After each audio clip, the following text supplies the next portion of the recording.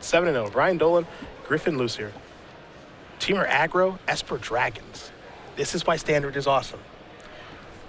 Not decks you would necessarily associate about a month ago with being on the radar, but here we are. We're underway. It's an island here for Griffin. Brian's side, he has a Frontier Bivouac. Lussier will play a Flooded Strand, pass the turn back over to Dolan. Savage Knuckleblade the draw. Oh, yeah. Big Nugs. How can this card possibly be fair, they said, when spoiled? I was part of that camp. Mm-hmm. Wild Slash, we're going upstairs. I was not. I've seen this song and dance before. That's not to say that Knuckleblade is a weak card. It's way above the curve. It's obviously not weak. Yeah. It's just, you know. It's not as good as I think people thought it was going to be, that's all. Yeah. A couple wooded foothills over here for Dolan. He'll play Yavimaya Coast, however. And there is Big Nux. He'll have to take one to cast it. See if this will resolve or not. Flooded Strand will be sacrificed. Not a good sign for old Knuckleblade resolving here. Probably not. Dissolve, Slumgar Scorn.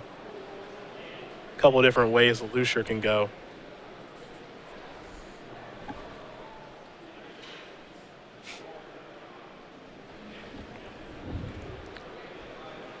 Let's see what Rhodey does want to take.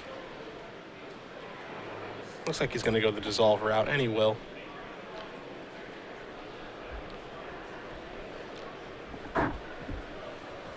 So it's time to scry from the Dissolve. Take a look at that top card. And this is how much play versus draw can matter. You see Ultimate Price in Griffin's hand there. If Brian had been on the play with the turn 3 Knuckleblade, it's possible Griffin just doesn't have an answer. Yep. And it can do a ton of damage. And a lot of people have moved towards Ultimate Price, but you think about the two cards that are cheap for black, and Ultimate Price and Bile-Blight, neither of them killed Knuckleblade. Mm-hmm. That's a removal that these black decks or these Esper Dragons decks kind of rely on. You saw Lussier misses land drops. Now here's a Courser of Grufix for Dolan. Reasonable Ultimate Price target here. Stubborn Isle, the top card of the deck. There's a Wooded Foothills. Trigger the Courser back up to 20. Pass that turn back. Ultimate Price, perhaps? Yes. I'll take care of the Courser. Stubborn Isle will be turned face down.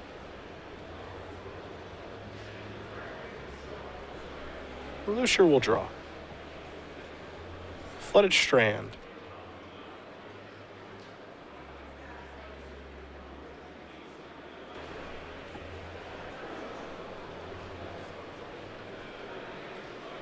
It might be wise here for Griffin to maybe try to cast that Dig Through Time now, as the fourth land was a Flooded Strand. That'd be the fourth card in the graveyard, so that would equal 8.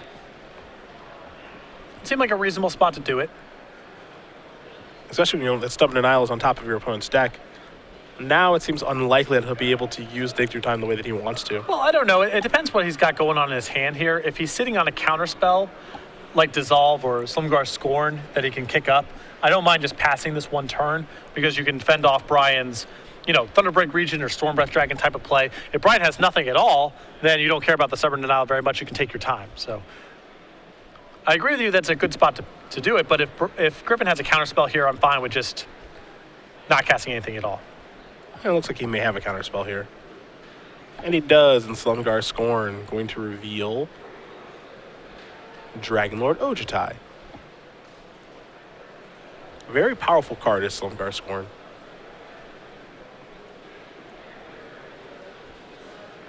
Lussier will draw. And I believe that was another copy of Slumgar Scorn, which is great here for Griffin. He can just wait.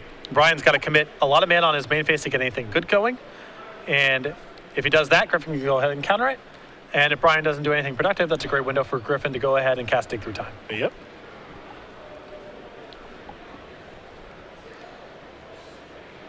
Sylvan Caryatid. Pass the turn back. And if you're Lussier, you got to be thrilled that was your opponent's turn. Yeah, Brian there, I think, playing the Caryatid to try to set up a turn next turn where he can play Whisperwood Elemental with Stubborn Denial backup. Not clear what the Stubborn Denial is really worth because he doesn't have a 4-power creature in play, but that's at least what appears to be the line that Brian is taking. Also, I think he probably suspects Griffin's got a bunch of mana up. He's got some answer to this Whisperwood Elemental. Running it into that answer is very bad here because it's really the only card left in Brian's hand that matters, but this is just a great window now for Griffin to go ahead and cast Dig Through Time. Man, I think he'll probably take the opportunity to do that.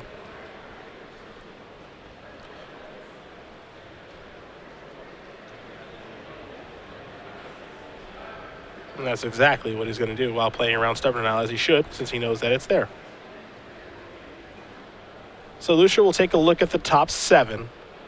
Take 2 with him. Dragonlord Ojutai, another copy of Dig Through Time among the options here for Griffin. And some pretty good ones. Griffin just looking at a bunch of options here. It looks like he's taking land number 5. He's just got a lot of great options here to make sure that Brian is going to struggle to stick a 4-power creature. And as long as that happens, you know, Griffin's going to be under very little pressure, if any pressure at all. And a lot of the ferocious cards, especially Stubborn Denial, are things that Griffin can pretty easily work around. Take a draw. Dig Through Time. Pluto Delta very quickly getting sacrificed. I have to imagine this one's going to get a swamp. There it is. And I think Griffin may have taken Hero's Downfall as the other card, which leads me to believe that this turn he's going to tap out for Dragonlord Ojutai and assume that he can follow up, kill whatever Brian sneaks into play, and take the game over from there. There is the Dragonlord. So this is now an opportunity for Brian to get Whisperwood Elemental into play. And it's possible Griffin thought, well, Brian's probably out of things to do, really, if he played Caryatid last turn instead of trying to resolve something big. So this is a very good setup here for Brian. He gets Whisperwood Elemental in play. That's now a 4-power creature, something that's totally capable of racing Dragonlord Ojutai. He still has the Stubborn Denial. So this is a really good opportunity here for Brian. And it's possible that that Caryatid last turn from Brian really threw Griffin off the scent of what was going on in Brian's hand. Potentially. Because now he's got Whisperwood and a Manifest creature alongside with it. So now this game has certainly changed. For Dolan, his last card in hand, his Stubborn Denial, which Lussier does know. And he'll have to play accordingly. This was the worst case scenario for Griffin. Absolutely. I think that if he suspected that Whisperwood Elemental was a card that Brian could produce, he would not have tapped out last turn for Dragonlord Ojutai. Griffin is still not in capital T trouble yet, but Brian is making at least a game out of it. Well, he's trying to put him in trouble. That's for sure. Time to take a look at a couple of cards here. Now, the one thing that Griffin can do is he can kind of overpower Brian a little bit. You know, he attacked here with Dragonlord Ojutai. It hit. Dolan went down to 13. He's looking at another Dragonlord Ojutai off of this hit that he could take. You know, if he maybe wants to go that route, in case, you know, he wants to just have a backup one of those, because obviously you can't have 2 in play at the same time, but there are definitely some options here that are really appealing. The big thing, I think, from Griffin's perspective is trying to set up basically a removal spell and a counter spell, or 2 removal spells in the same turn, because he's got to push through the Stubborn Denial.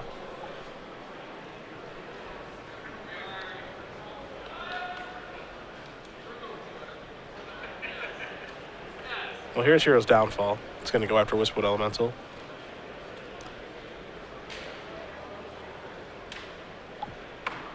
Just going to sacrifice there. Interesting to see him not even try to fight with Stubborn Denial. I wonder if that means that the Manifest creature is something substantial. Okay.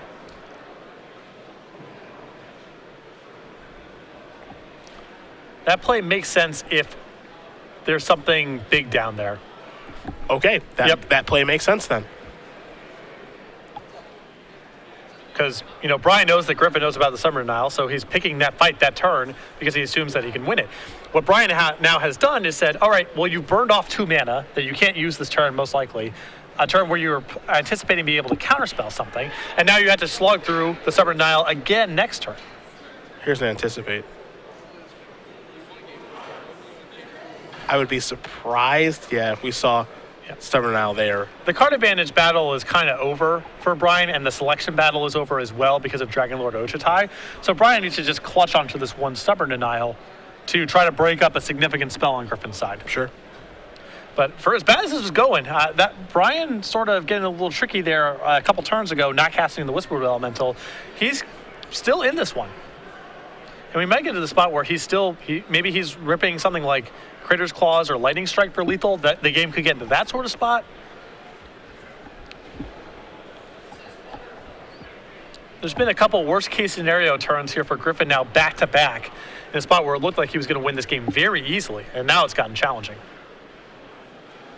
Well, team are always trying to make it challenging on these control decks. There's ultimate price. There's a stubborn now, finally. I think we'll finally see the Slumgar scoring here. So Griffin gets to win this.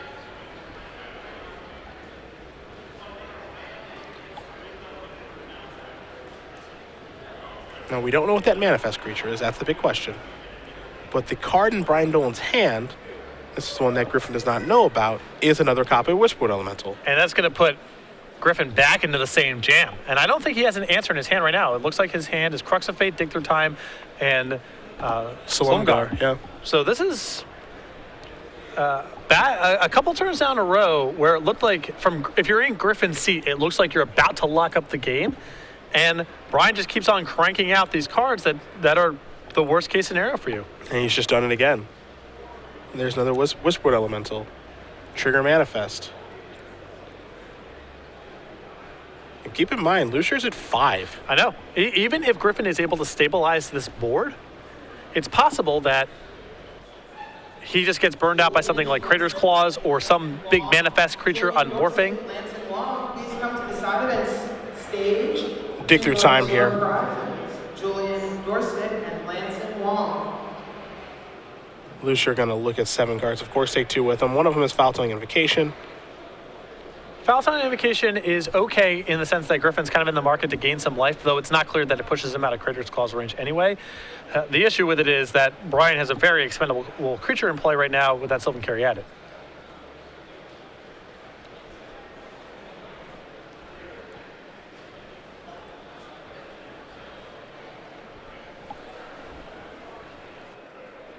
Decisions here for Lussier.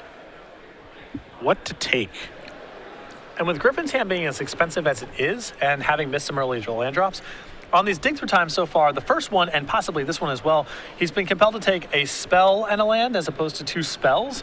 And that's not what you want to be doing with dig through time. You want to make your land drops and then get a dissolve and an ultimate price and bury your opponent that way.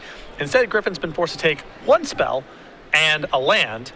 And Brian's Whisperwood Elementals are allowing him to overpower the 1 spell Griffin has gotten up to this point.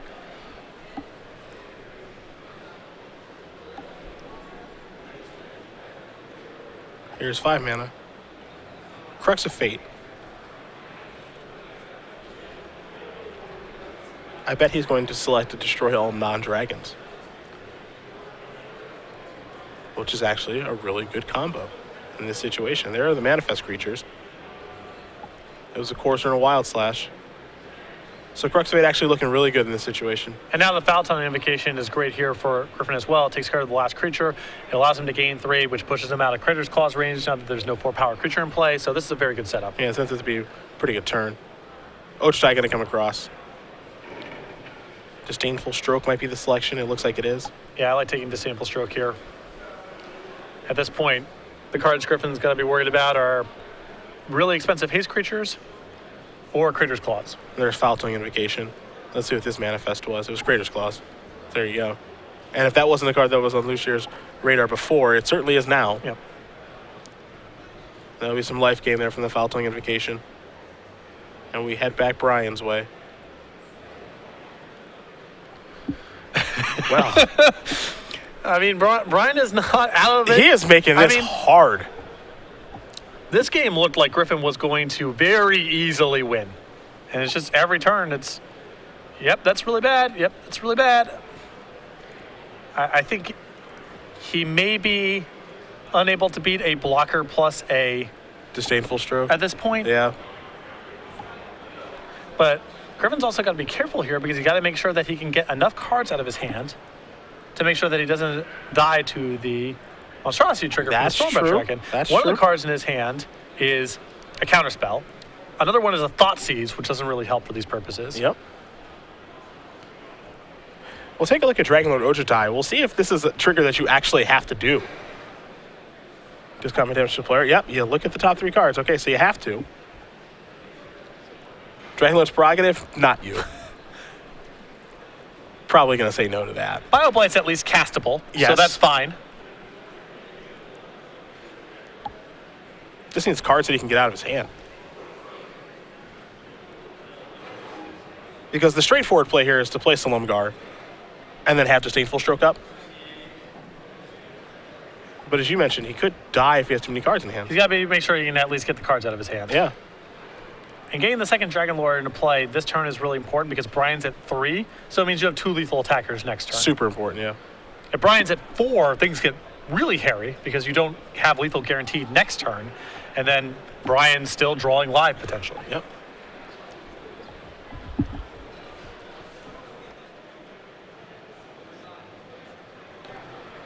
And reorganize the mana here, will Griffin. Now here's Silumgar. Hexproof pretty important here too. Pass that turn back. Dolan will draw. He does have land number 7. Oh, is that a Knuckle Blade? I think Knuckle Blade might punk him out here. Oh my gosh. Because you can't stroke that, and Oh that's my haste. gosh. And he can't. I don't think he has the mana. Oh my I don't think he goodness. has the mana to cast BioBlight either. He's got Swamp and Temple. unbelievable. That's a pretty unreal game to lose. Oh my goodness. Brian Dolan gonna win game number What? 1 here On Earth. over Griffin. Because Wow. Griffin in that spot has to choose between leaving up BioBlight or Disdainful Stroke. Yep. Because he doesn't have any blue-black dual lands in play. Yep. So if he leaves up one, he can't leave up the other. Disdainful Stroke covers against almost everything. Crater's Claw, Stormbreath Dragon. Yeah, all the cards you can imagine. Yep. But Savage Knuckleblade, much maligned Savage Knuckleblade, the perfect card in that spot, able to generate exactly lethal. That's unbelievable. We had several turns in a row there where we're saying, Brian's making a game out of it, still really bad, but it looked like he was going to get locked out, and he had 4 or 5 just perfect draws there in a row, played very, very well, and was able to sneak out game 1. That was incredible. That was really something. Team Aggro was up a game over Esper Dragons. We'll take a look at Griffin's sideboard here. Find a Perlic Ancient, 2 copies of Dragonlord's Prerogative, another copy of Foul Tongue Invocation, 4 Surge of Righteousness, 2 Duress, 2 Tasker of the Golden Fang, a BioBlight, and a Gate and an Ultimate Price. So, I mean, there's some okay options here. Nothing that seems great to me. I think the 2 copies of Tassiger, they're pretty reasonable blockers in this kind of matchup. I think Ultimate Price answers enough problematic cards, especially Stormbreath Dragon, that it's worth bringing in here. Because Brian's on the very low-end build of Teamer, I think that BioBlight's not great in the matchup. It does do work against the Rabble Master Frostwalker builds, but Brian's on Caryatid, Courser, and so forth. I think the Foul Tongue Invocation is okay in this matchup too, though it does get tripped up there by Sylvan Caryatid like we saw in that game. So there's some okay options here, but nothing great in my opinion. What do we see on the other side for old Teamer? Well, this is where Brian gets to make some pretty serious upgrades here. 4 copies of Disdainful Stroke, 3 Ash Cloud Phoenix, 2 Roast, 2 Seismic Rusher, an Anger of the God, and Encase the Ice, a Feed the Clan, and a Plummet. So Brian's got 3 copies of Wild Slash and 3 copies of Lightning Strike in his main deck that are very easy to cut. On top of that, he's got some other not so great creatures, things like Courser, Krufix, Sylvan Caryatid. You can get away from a little bit of that stuff.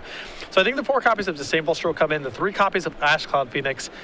Those seem like 7 easy ones to bring in. I don't mind bringing in the Plummet here as well, because there's Dragonlord Ojutai, and it's likely, Griffin can sideboard into more problematic flyers, things like Dragonlord Slumgar, Icefall Regent. You can anticipate those kind of cards being in the sideboard, so I think the 1 Plummet is fine to bring in.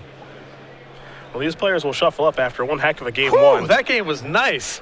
Savage Knuckleblade getting the job done. Timely top deck there for Brian Dolan. We'll very quickly talk about Jacob Wilson and his token from winning the Season 1 Invitational.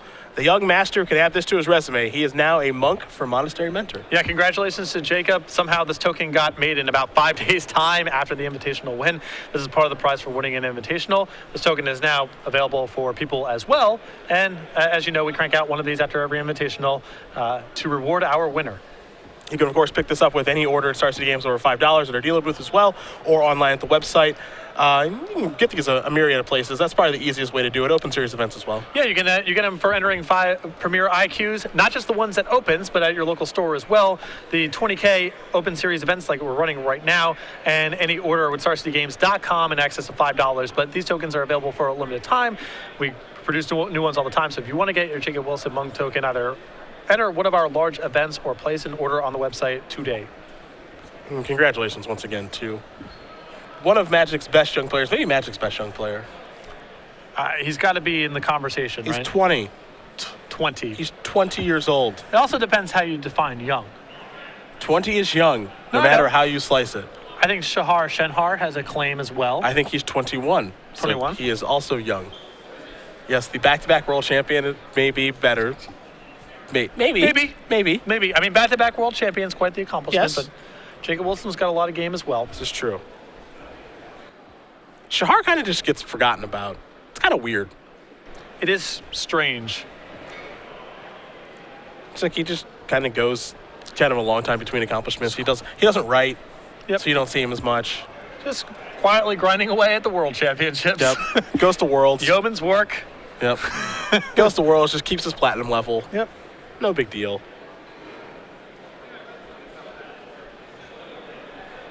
Griffin gonna send it back very quickly. If that's a game, if I'm Griffin after that game, I'm thinking, what on earth happened?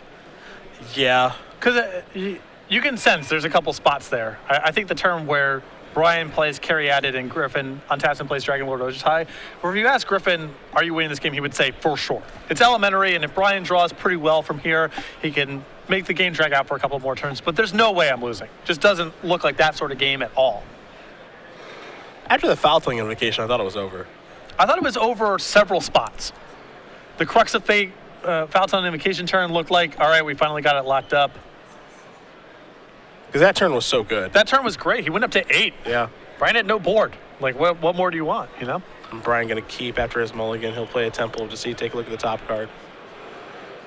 Going to consult the hand before deciding what he wants to do with the scry.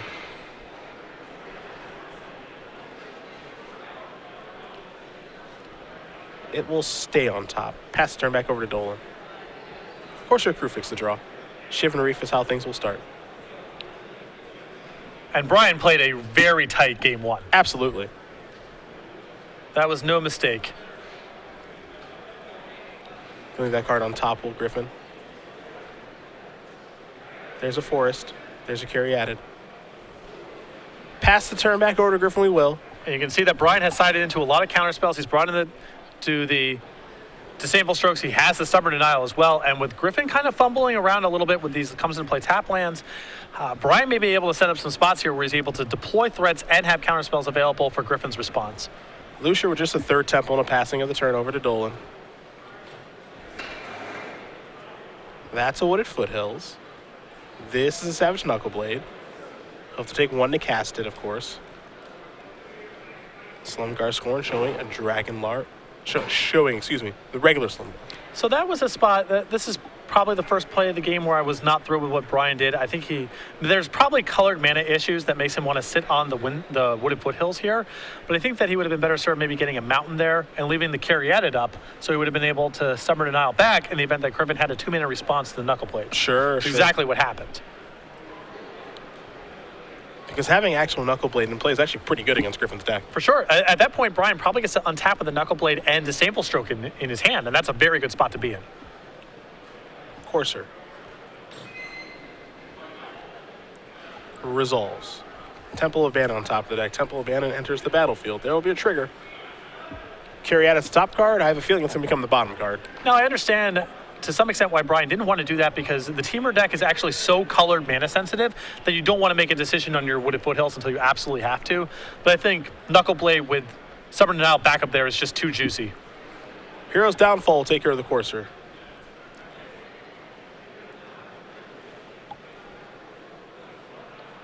Time for Lussier to draw. Dig through time. It's an important one because he was in 1-for-1 world here, having mulliganed an opponent with a lot of cards in hand. So dig is very valuable. Can't cast it just yet, but it's an important card for him to try to resolve at some point. And there's a mountain.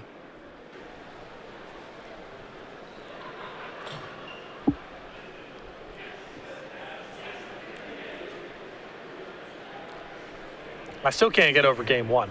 Me either. That was a crazy game for Brian to pull out. No other card lined up better than Knuckle Blade that last turn of the game. It was incredible. No, that is the card. Yeah, just incredible. Stormbreath dragging the draw. The thing about this teamer deck that's so interesting is, especially with how Brian Dolan's version is built, he's just going to go, all right, here's an awesome threat, another awesome threat, another awesome threat. Can you beat my awesome threat? This is particularly the case post-board when he gets access to the sample stroke as well. Yeah. So he's not just curving out into the face of Crux of Fate and hoping that it's not there. He can play back against Griffin's big responses. Which is what makes life really, really difficult for the Esper Dragons deck. There's land number 6 for Lussier.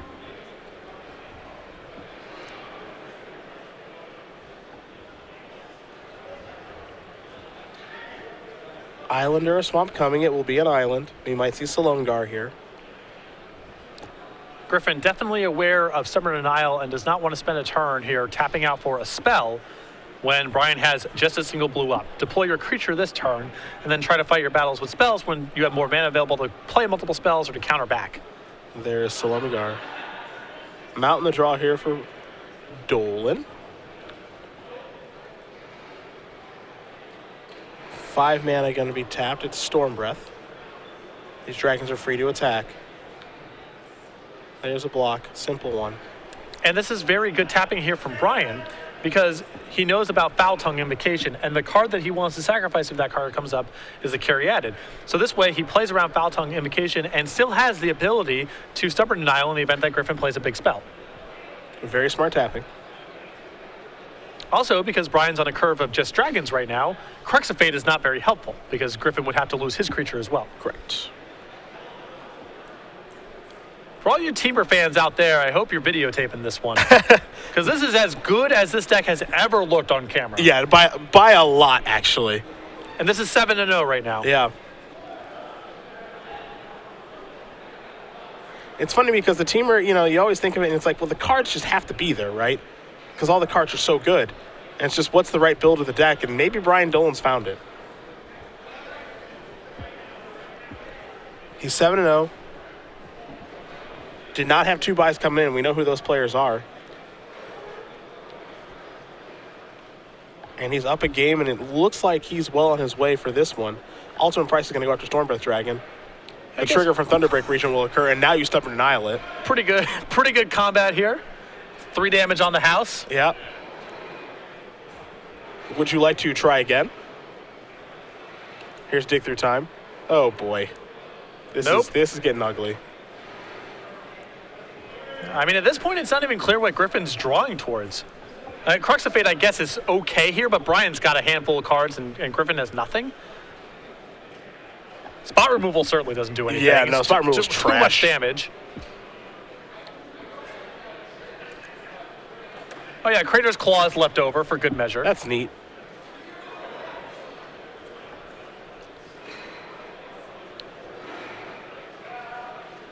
Yeah, and Lussier has no cards in his hand. Plays Dismal Backwater off the top, pass the turn back. I think we're going to see Brian Dolan win this match here, folks. I think this is a Crater's Claws here coming out. There's the attack with the dragons. Simple block. Down to 5. Hadouken via Crater's Claws. That is going to do it. Brian Dolan going to win this match here over Griffin Lussier. 2 games to 0. Teamer aggro is 8-0 here in Providence, folks. That was great. That game 1 especially, I mean, that's best of SCG Live stuff right there. Yeah, I think so. That was an impressive game 1 win, and game 2 was very straightforward and simple. But you can see why Teamer lines up very well against control decks. This is something that Shaheen has talked about quite a bit. It's just the combination of really good cards, all of which you have to answer, and then timely counterspells. And the post-board configuration there, too, for Brian, where he gets the biggest thing that causes Brian problems in game 1 is that he's got Lightning Strikes and Wild Slashes that are pretty bad.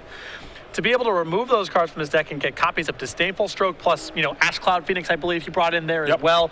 He just gets durable threats and those 4 counter spells, and that's just a really tough package. I don't know if Griffin right now is thinking about that game number 1. Game 2, there wasn't a lot to be done. Brian just had a very solid draw. Griffin took a mulligan and so forth, but game 1 is one I'm sure Griffin's going to go back and look at because if you're in that seat, losing that game feels like something must have gotten away from you. I mean, you can kind of see how Griffin looks right now, where he's kind of analyzing things in his head, and I think we've all been there before. Of, okay, I didn't win the match, sure, but what went wrong? Right? Was I